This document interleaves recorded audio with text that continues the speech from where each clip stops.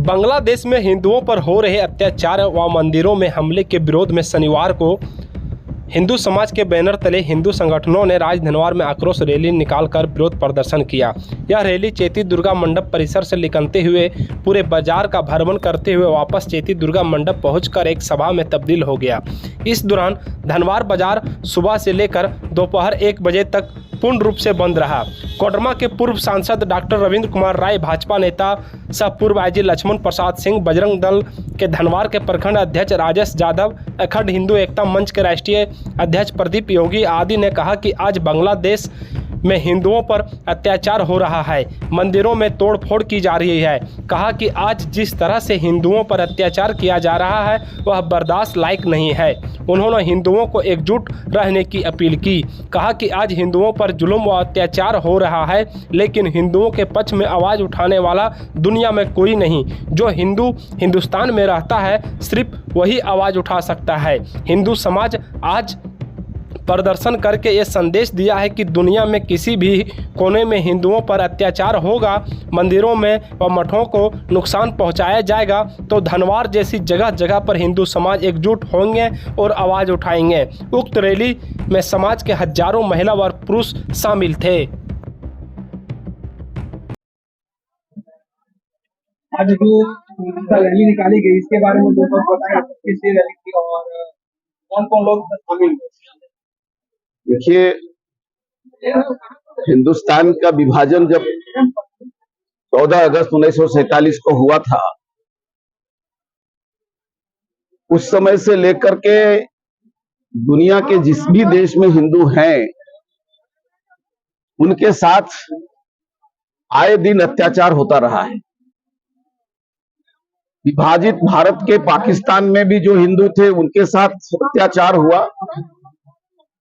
जहां जनसंख्या 20% से ऊपर थी, अब वहां घट के 3% हो गई।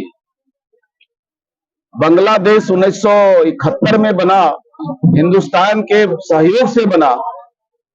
वहां हिंदुओं की संख्या 18% थी, वो घट करके आज 8% हो गई।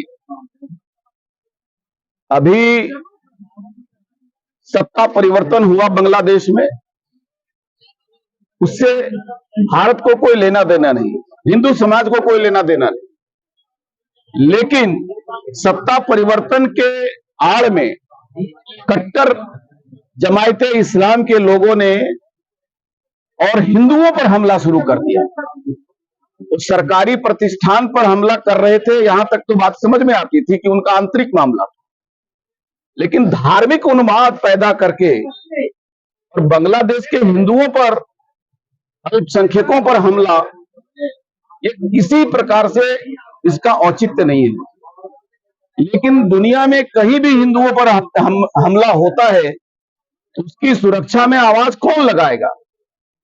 किस धरती से आवाज लगेगी? तो आज ये कह सकते हैं कि भारत एकमात्र ऐसी धरती है जहां से हिंदुओं पर अत्याचार यदि हुआ तो उनकी रक्षा के लिए आवाज बुलंद करने का एकमात्र स्थान भारत है। हिंदुओं के साथ हमारी वहां की मां बहनों की इज्जत लूटी गई। फिर से जवान बहनों को उन लोगों ने जबरदस्ती अपना निकाह करके और अपना हवस का शिकार बनाया है। सैकड़ों मंदिर, मठ उजाड़ दिए गए, जला दिए गए।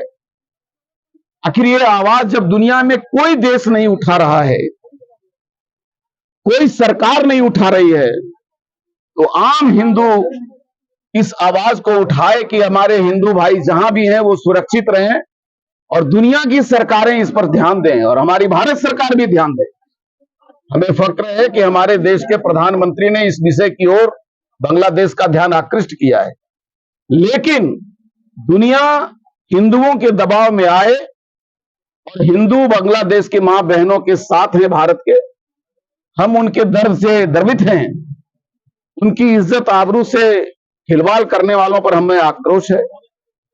मैं यही कह सकता हूं कि हिंदुओं के पक्ष में आवाज उठाने वाला आज दुनिया में कोई नहीं।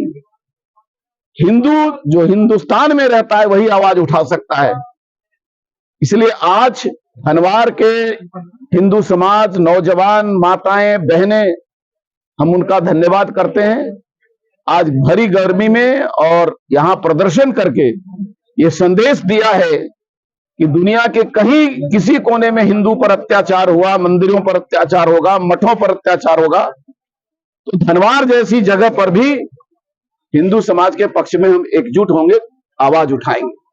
मैं समझता हूं ये आवाज देश के साथ साथ विदेशों तक जाएगी और हिंदुओं की रक्षा में दुनिया के लोग इकट्ठे होंगे। बारे में विस्तृत रूप से धर्मेंद्र बाबू बता ही दिए हैं। आज धनबाद की जनता को हम लोग अपनी ओर से धन्यवाद देते हैं, किस प्रकार का एक प्रदर्शन किया। आज पूरे पाकिस्तान के बारे में बताया गया। पाकिस्तान जहाँ 18% आबादी थी, आज 1% हो गया है। बांग्लादेश में इसी प्रकार के हिंदू का आबादी घटते जा रही है। आखिर क्यों हिंदू पर जुल्म हो रहा है, उस पर अत्याचार हो रहा है और कोई दुनिया में बोलने वाला नहीं है। ये हम लोग भी नहीं बोलेंगे तो कौन बोलेगा। इसलिए आज हम लोग एकत्रित होकर के एक आवाज उठाए हैं कि हम सभी कोई जाति पात नहीं है, सब हम लोग हिंदू हैं और हिंदू के ऊपर जो भी अत्याचार करेगा उसका जवाब हम लोग ईंट का जवाब पत्थर से देंगे, चाहे इसके लिए जो हम लोग तैयार हैं। आज देख रहे हैं बांग्लादेश में क्या स्थिति हुआ है, हमारी माताएं बहनों के साथ इस प्रकार से व्यवहार किया जा रहा है, क्या बर्दाश्त करने की चीज है? हमारे धर्मशास्त्र में भी है, अन्याय कभी सहना सबसे बड़ा दुष्कर्म है, सबसे बड़ा पाप है और इससे बड़ा अन्याय कुछ नहीं हो सकता है। इसलिए हम लोग सभी आदमी संगठित हो और कोई जात पात नहीं है, जितने हिंदू हैं हम लोग सभी एक है। एक हमारे संविधान निर्माता अम्बेडकर जी ने कहा है, तो पुस्तक में लिखा है कि हिंदू वहां भी पिटाया है जहां बहुसंख्यक में थे। कारण क्या है? वहां एक जाति हो रही थी, बनिया है, भूमिहार है, ये यादव है, जाति में बांट कर रखा गया। आप लोगों से अनुरोध होगा कि जाति को तोड़ करके हम जितने हैं सभी एक हिंदू है, हिंदू के रास्ते पर चले तो दुनिया की कोई ताकत नहीं जो हम लोगों को झुका सकता है। जय हिंद, जय जय। सर्वप्रथम मैं आप सबों को बता दूं कि आज धनवार के ग्रामीणों के द्वारा, सकल हिंदू समाज के द्वारा जो आक्रोश रैली का प्रदर्शन किया गया है, उसके पीछे वजह तो सभी जानते हैं। बांग्लादेश में हो रहे हिंदुओं पर अत्याचार और निर्मम हत्या के विरोध में हम लोगों ने यह आक्रोश रैली निकाला है। आज उन लोगों को, बांग्लादेश की सरकार को इस रैली के माध्यम से, इस उमड़ते हुए जनसमूह के माध्यम से एक संदेश देना चाहते हैं कि सुधर जाइए। बांग्लादेश के हिंदू अकेले नहीं हैं, हिंदुस्तान का हर हिंदू उसके साथ है। और सबसे पहले तो मैं यहाँ के हिंदुओं को और जितने भी जहां भी हिंदू हैं सबों को मैं एक संदेश देना चाहता हूं कि आप अपने आप को समझें, आप समझें कि किस वंश से हैं, याद करें। मैंने एक कविता भी लिखा था और बताया था कि हम हिंदू हैं हिंदुस्तान के, हम हैं खुद से नहीं है आपसे, हम डरते हैं तो डरते हैं। हम रामकृष्ण के वंशज हैं परशुराम के, हम डरते हैं तो खुद से, वरना डरते नहीं है किसी के बाप से।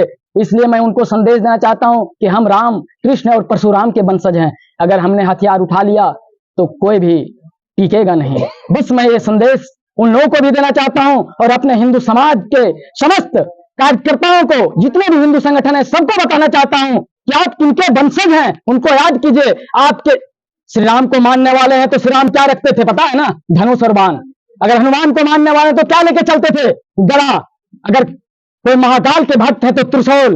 परशुराम के भक्त है तो परशुराम क्या लेके चलते थे? जब हमारे देवता, हमारे ईश्वर जिनको हम अपने मानते हैं, वो हमेशा अपने सुरक्षा के लिए हथियार रखते थे, तो हमें भी हथियार उठाने पर मजबूर ना करें कोई। बस मैं इतना ही कहूंगा और उनको एक संदेश देना चाहूंगा। जय श्री राम, जय हिंद, जय भारत। कि पिछले दिनों जो बांग्लादेश में नरसंहार हुआ, उसके खिलाफ आज पूरा धनवार प्रखंड के लोग लगभग 5000 की संख्या में हम लोग आक्रोश रैली निकालें।